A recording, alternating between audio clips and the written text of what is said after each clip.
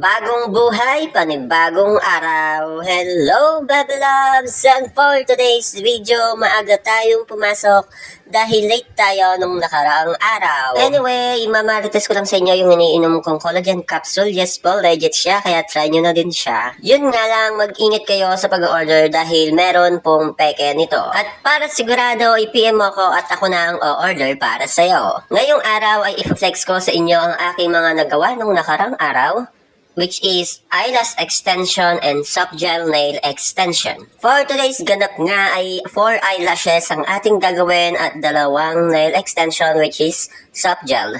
Sa paglalagay ng mga eyelashes ay kailangan maingat lamang at isa-isa lamang. Tignan nyo siya, ganyan siyang nilalagay, and then kailangan huwag natin siyang idikit sa may balat ng mata para hindi magkaroon ng irritation o magmaga ang mata ni client. At ako nang nagsasabi guys, huwag na huwag kayong mag-DIY sa eyelashes dahil isa ang mata sa pinakamaselang parte ng ating katawan na kung saan maaari mong ikabulag kung ikaw ay hindi kabihasa o bihasa sa paggawa ng eyelashes.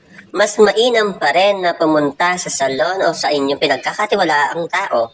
Or kaya naman, visit Muller Bonita Salon here in Balibago, Angeles City, Surley Street, or just PM me. Text or call 0970-665-1753 or chat me in Messenger for more details. Kitang-kita naman sa ating video na kung saan napakaganda ng ating mga gawa at hindi sila halatang peke. And this one is soft gel nail extension and also available here in Muller Bonita Salon. Gusto mo ng mala-artistahing kuko? Let's try this soft gel nail extension.